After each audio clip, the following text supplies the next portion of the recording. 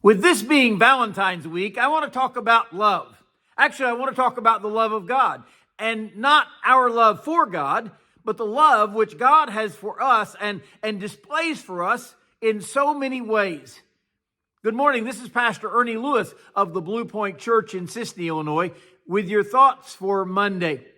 You know, the Apostle John is pretty open and perhaps even blunt in his New Testament epistles, especially about how it is in the Christian life.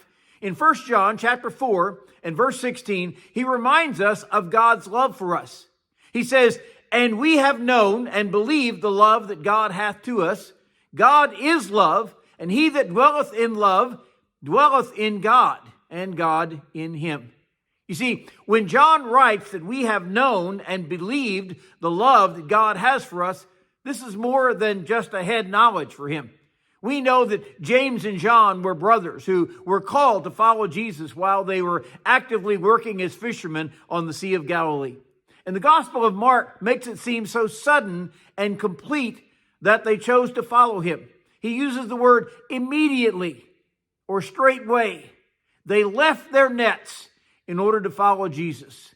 But we believe there are so many other factors that played into this following. They had undoubtedly heard of this Jesus and his remarkable teachings. Perhaps they had even been present to see some of the miracles that he had performed. I personally believe that God's Spirit was at work in them all the time, drawing them closer to Jesus. But it seemed they felt his love and believed right away that it was so genuine. At one point in his gospel account, John describes himself as that disciple whom Jesus loved, showing here a personal testimony of God's love for him. He also says in this verse that God is love. He is the personal embodiment of that genuine and unconditional love that he has for us.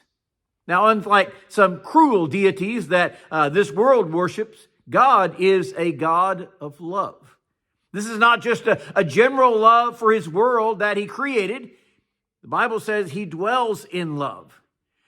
He that dwells in love dwells in God, and God dwells in him.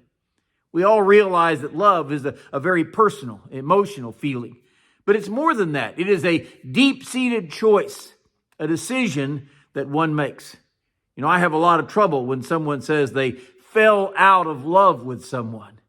When we make a conscious choice to love the Lord, that brings about a dwelling in him and in his love.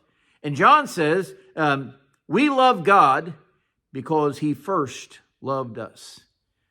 Oh, don't be so pious as to think, well, this deep love initiated in me. No, it started with him.